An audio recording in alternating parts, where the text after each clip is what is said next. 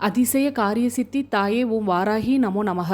அனைவருக்கும் வணக்கம். நான் உங்கள் தோழி கலை. இன்னைக்கு நம்ம சேனல்ல மாசி அமாவாசைக்கான பதிவை பற்றி தான் பார்க்க போறோம்.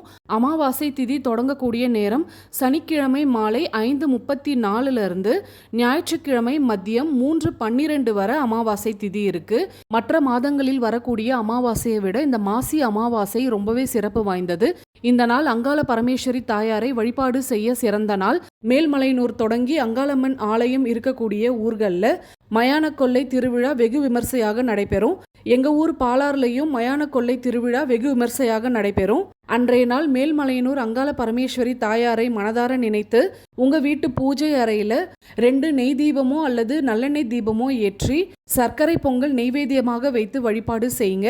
சர்க்கரை பொங்கல் அன்னைக்கு மிகவும் பிடித்தமான ஒரு நெய்வேத்தியம். இந்த மாசி அமாவாசை நாளன்று அங்காள பரமேஸ்வரி தாயாரை வணங்குறதுனால நாம நினைத்த காரியங்கள் அத்தனையும் நிறைவேறும் அப்படின்னு நம்பப்படுது. அது மட்டும் இல்லாம குலதெய்வ வழிபாடு இந்த நாள்ல செய்யறது ரொம்பவே விசேஷம். எல்லா அமாவாசைகள்லையும் குலதெய்வ வழிபாடு சிறந்தது. அதுலயும் மாசி அமாவாசை அற்புதமான ஒரு நாள். இந்த நாள்ல குலதெய்வ வழிபாடு செய்யறது குலதெய்வத்தினுடைய அருளையும் முன்னோர்களுடைய அருள் ஆசியும் பெற்றுத்தரும். இந்த பதிவில் நாம் என்ன பார்க்க போகிறோம் அப்படின்னா, உங்கள் வாழ்க்கையில் எந்தெந்த காரியங்கள்லாம் தடைப்பட்டு இருக்கோ அது அத்தனையும் ஈடேற மாசி அமாவாசை அன்று செய்ய வேண்டிய பரிகாரம் பற்றி தான் பார்க்க போகிறோம். இன்னைக்கான பதிவுக்குள்ளே போகிறதுக்கு முன்னாடி நம்ம சப்ஸ்கிரைபரான தோழி அவங்க வீட்டில் வாராகி அன்னைக்கு தீபம் ஏற்றிருக்காங்க. அந்த தீபத்தினுடைய சுடர் ஒளியில் அன்னையினுடைய முகம் ரொம்ப கிளியராக தெரிஞ்சிருக்கு.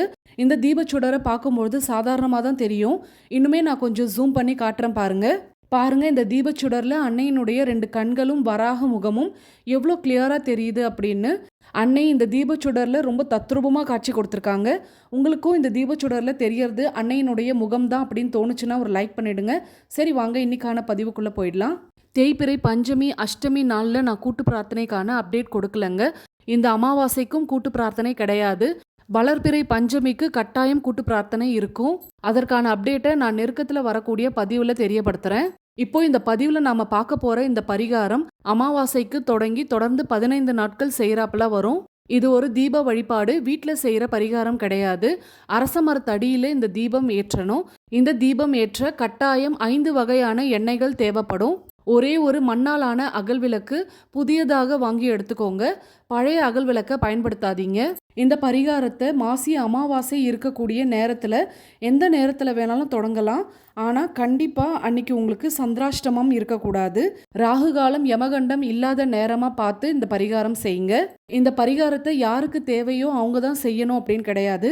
கணவருக்காக மனைவியோ மனைவிக்காக கணவரோ தாராளமாக செய்யலாம். உங்கள் பிள்ளைங்க எக்ஸாமில் நல்ல மார்க் எடுக்கணும் அப்படின்னா நீங்களே இந்த பரிகாரத்தை தாராளமாக செய்யலாம். குழந்தைங்க தான் செய்யணும் அப்படின்னு அவசியம் கிடையாது.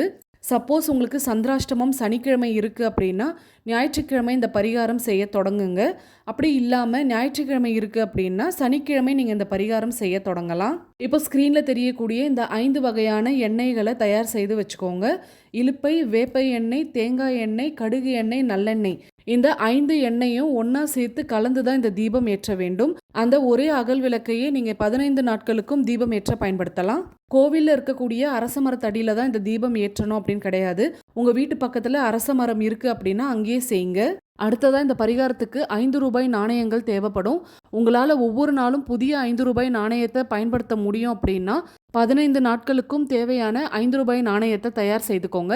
தினமும் புது 5 ரூபாய் நாணயத்தை பயன்படுத்த முடியாது அப்படின்னு சொல்கிறவங்க ஒரே 5 ரூபாய் நாணயத்தையே 15 நாட்களுக்கும் பயன்படுத்தலாம்.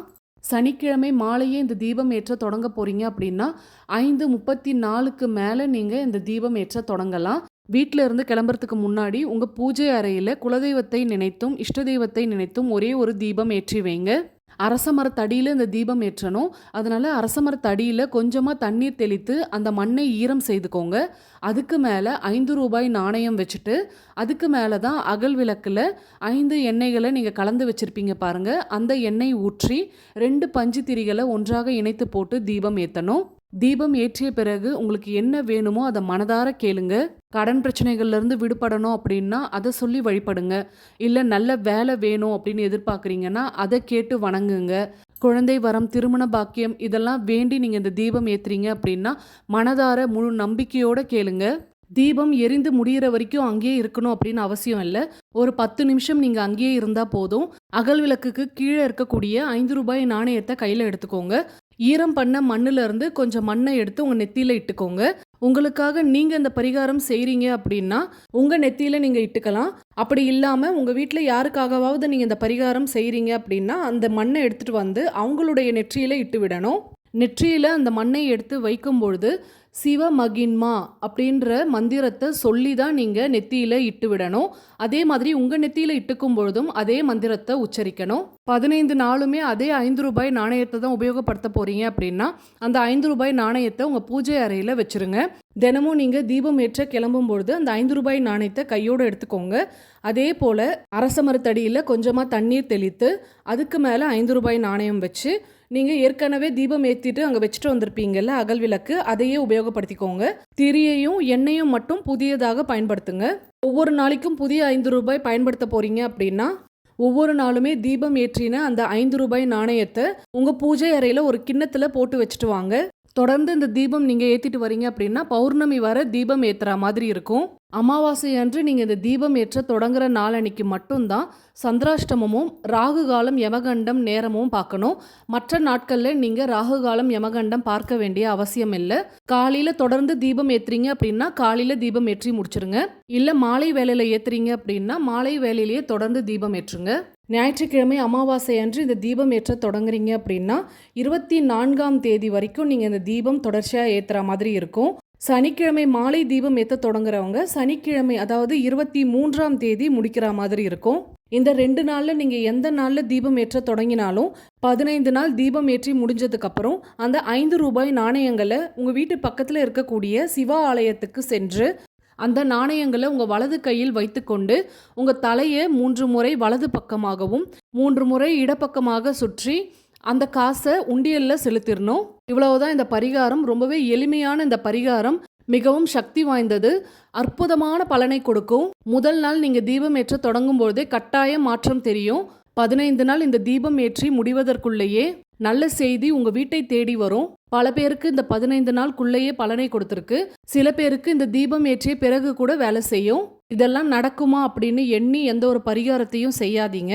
கண்டிப்பா நடக்கும் அப்படின்னு நினைச்சு எந்த ஒரு பரிகாரத்தையும் முயற்சி செய்யுங்க. அதற்கான பலன் உங்களுக்கு ரொம்ப சீக்கிரமே கிடைக்க ஆரம்பிக்கும். இந்த மாசி அமாவாசைக்கான பதிவு உங்களுக்கு பயனுள்ளதாக இருந்திருக்கும் அப்படின்னு நம்புறேன். பயனுள்ளதாக இருந்திருந்தா ஒரு லைக் பண்ணிட்டு அப்படியே உங்க ஃப்ரெண்ட்ஸ் அண்ட் ஃபேமிலிக்கும் ஷேர் பண்ணி விடுங்க. மறக்காம சப்ஸ்கிரைப் பண்ணிட்டு பக்கத்தில் இருக்க பெல் சிம்ல கிளிக் பண்ணிட்டு அதில் ஆல்னு கொடுங்க. மீண்டும் அடுத்த பதிவில் சந்திப்போம். அதுவரை நன்றி, வணக்கம்.